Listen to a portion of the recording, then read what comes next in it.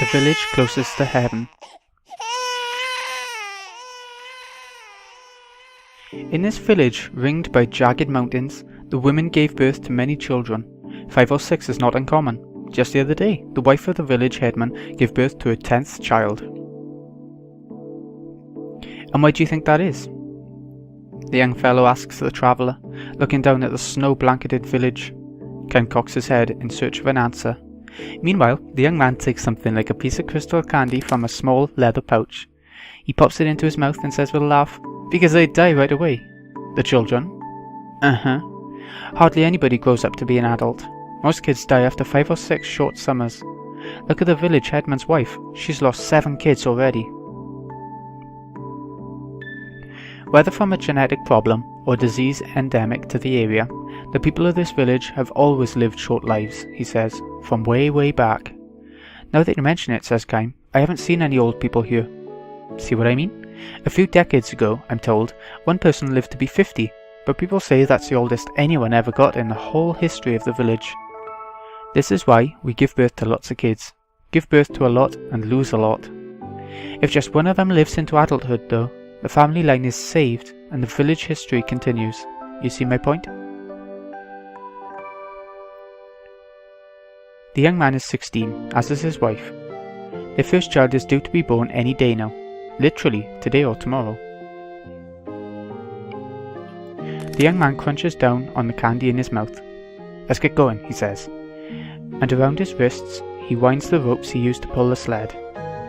He hasn't loaded the sled yet, but dragging it up to the steep, snow-covered road is hard work. This, he says, is why the pay is so good. Only a few days earlier, he lost his good friend and fellow worker, who had been 3 years his senior. When Kaim happened along, the young man asked him if he would help by pushing the sled from behind until they cleared the pass. Kaim agreed, and they became an instant team. Kaim circles around to the back of the sled and asks, "You don't have any animals to pull the sled?" "Afraid not," says the young man. "I know it's strange, but our horses and cattle and donkeys all die young. You can spend a lot of money at the town market buying an animal, and it'll keel over before it's done a lick of work. Finally, the best way is for us humans to plough the fields and pull the sleds ourselves." The arms with which the young man himself is pulling his sled are massive, and he forges through the road's snowy cover with powerful steps. His fellow worker was stronger still, he says. "He taught me how to pull the sled, how to set rabbit traps, how to build a fire, all the skills I need to live, with all the love he would have given to a kid brother. Before I knew it, he was gone." "People here always die suddenly," he says. "They can be perfectly healthy one minute and drop dead the next. No time for suffering, just like that. No time to call a doctor. Even if a doctor comes, there's nothing he can do. Did your friend die that way?" "Uh-huh. He was shoveling the snow that piled up overnight, clearing the road, when he dropped dead. By the time we ran over to him, he was gone. That's how it always is. Always. That's how they die. Grown-ups, kids, everyone." "And you too, then?" "I guess so. Nobody knows when the moment is coming. It might be decades from now, or it could be tomorrow." After this cruel pronouncement, the young man turns to look at Kaim and, pointing to his own chest, says with a smile, "Or maybe even now."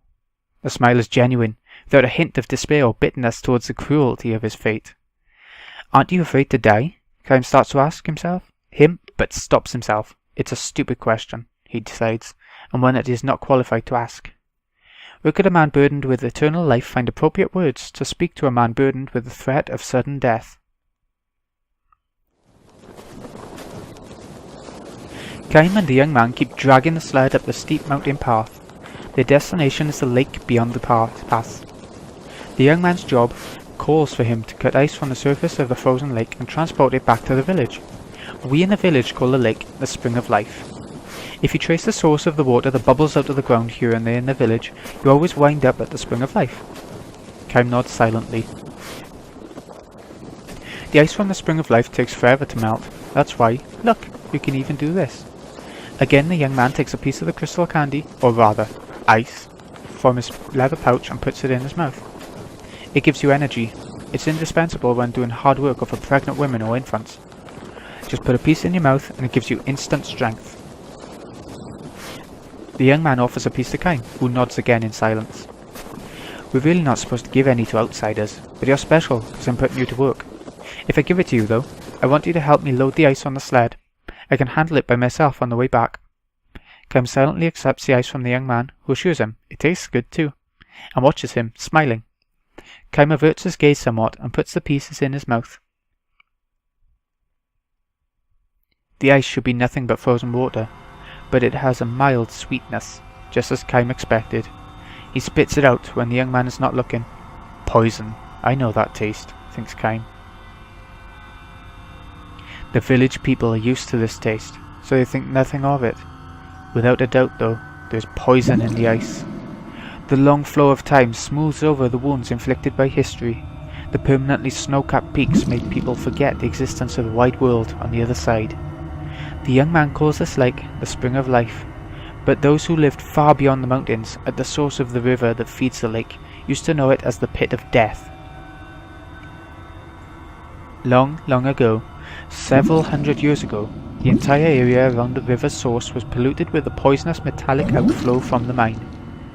The river was filled with dead fish floating belly up, and the poisonous gas that rose like a mist from the ground killed both the earthbound animals and the birds in the sky. The forest withered, and the lively town that had grown up with the development of the mine became a deserted ruin.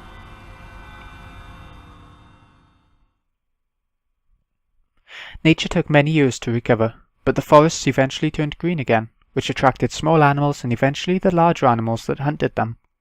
People, however, never came back, and there was no one left to hand down the story of the tragedy that occurred at the river's source deep in the mountains.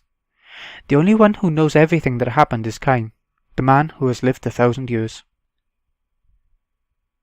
The young man stands by the frozen lake and takes a nice, satisfying stretch. You know, he says to the traveller, I sometimes think this village just might be the closest one to heaven in the whole world. Perhaps it's because we are too close to heaven that we were all summoned by the gods early on. Don't you think that might be true? Kaim says nothing in response to this. Over many years, this lake has accumulated the metallic poison that flowed into it from upstream. And over many years, the poison that infiltrated the soil has mingled with the groundwater, bubbling up in the spring water with which the villagers slake their thirst. No one knows the exact chemical makeup of the poison, but at least it does not cause the villagers to suffer until, at the last moment of their lives, the accumulated poison suddenly takes its toll. This may be its one fortunate aspect. On the other hand, this might simply make the misfortune it brings all the more conspicuous. Still, the young man says as he saws off a piece of ice by the shore, I do hope that the children, my wife, and I will be able to live longer lives. Say, if we have 5, at least one of them will live long enough to grow up and have kids. That way, for me, it would be like finding some meaning in having been born into this world. It was the same with my father and mother and my grandparents. They all had lots of kids and mourned the loss of lots of kids, but managed to raise 1 or 2 to adulthood before they died. That's what gives our life meaning. He wipes the sweat from his brow and puts another piece of ice candy in his mouth. If I were to tell him everything I know, thinks Kaim, if I were to tell him everything that's been buried in the darkness of history, and if he were to tell the other villagers, the tragedy might not have to be repeated. The young man says, when a baby is born here, they ring the village bell. Also when someone dies. The same for both. Birth and death are like 2 sides of the same coin, so there's no sadness when someone dies. Everybody sees them off with a smile and a wish. You go ahead of us to heaven and save a good spot there for us. Do you understand that sentiment? I do, says Kaim. I do. That's how we've always done it, welcoming lots of new lives to the village and sending lots of lives off to heaven. I've never been much of a student, so I don't know exactly how to put this, but I kind of think that maybe the village closest to heaven is a place where life and death are right next door to each other. The young man gives Kaim an embarrassed smile at the sound of his own words. Maybe it's because I'm about to have a kid of my own that I'm starting to think about these complicated things. No, that's fine. I see exactly what you mean, Kaim says. The moment the words leave his mouth, a bell sounds from the foot of the hill. Several long, slow rings. That's it, exclaims the young man. My child has been born. He dips his head and says again, as if savouring the sound of his own words, my child. While the bell is rung likewise for births and deaths, the young man says, the sound in each case is subtly different. When a young villager learns to tell the two apart, he or she is considered to be an adult.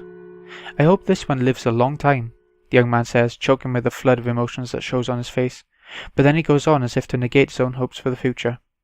Either way, whether it lives a long time or not, my child has now been born into this world. That's all that matters. I'm so happy, so happy. Eyes full of tears, he turns a beatific smile on Kaim, and then, still smiling, he collapses where he stands.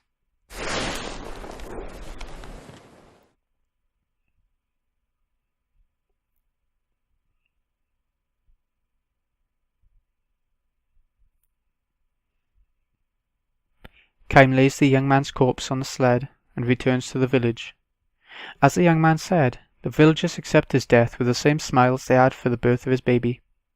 Death is not a time for sorrow. It simply marks whether one has been called to heaven earlier or later. The young man's wife takes an ice candy from the leather pouch he has left behind and places it gently into the baby's mouth. "I want you to grow up to be strong and healthy," she says. "Daddy is saving a wonderful place for you up in heaven. But go this slowly, slowly, and until you go to heaven, I want you to grow up here in the village till you're nice and big." Her words have the gentle tone of a lullaby. Kaim says nothing. If he is to stand unflinchingly for what is right, his silence may be a crime. But burdened with eternal life, Kaim knows how suspect the right can be. Throughout history, people have fought and wounded and killed each other in the name of what they declare to be right. By comparison, the look on the dead young man's face is tranquility itself. The village closest to heaven is filled with happiness indeed. The baby starts to cry. Its loud wailing like a celebration of the beginning of its own life, however short that life is likely to be. Kaim leaves the village with a smile on his face.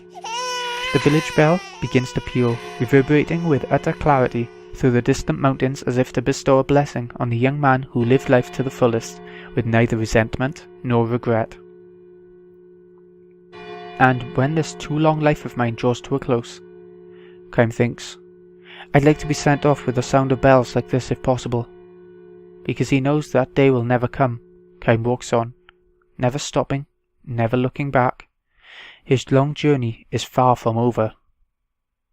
End.